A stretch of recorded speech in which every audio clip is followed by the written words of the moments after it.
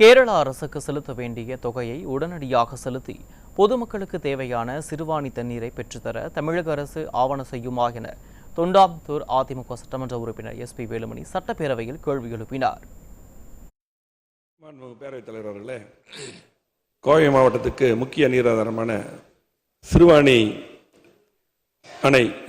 அணையிலிருந்து கோவை மாநகராட்சிக்கு பொதுமக்கள் பயன்பாட்டுக்கு நாளொன்றுக்கு 77 MLD வழங்கப்படுகிறது. ஜனவரி மாதம் வரை 77 MLD வழங்கப்பட்டுள்ளது.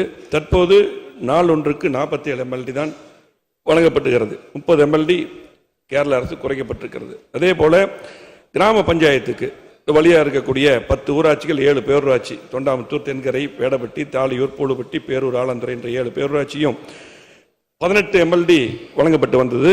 அதிலும் 6 MLD குறைத்து 12 MLD-யாக வழங்கப்பட்டு வருகிறது. குடிநீர் வடிகால் வாரியத்திலிருந்து கேரள அரசுக்கு 13 கோடி ரூபாய் அந்த தொகை கட்டாத காரணத்தினால் 36 MLD குறைக்கப்பட்டுள்ளதாக தகவல். இதில் பொதுமக்கள் மிகவும் பாதிக்கப்படுகிறார்கள். இப்பொழுது தற்போது ஒரு தகவல் 6 கோடி ரூபாய் செலுத்தியுள்ளதாக ஒரு தகவல் வந்திருக்கிறது.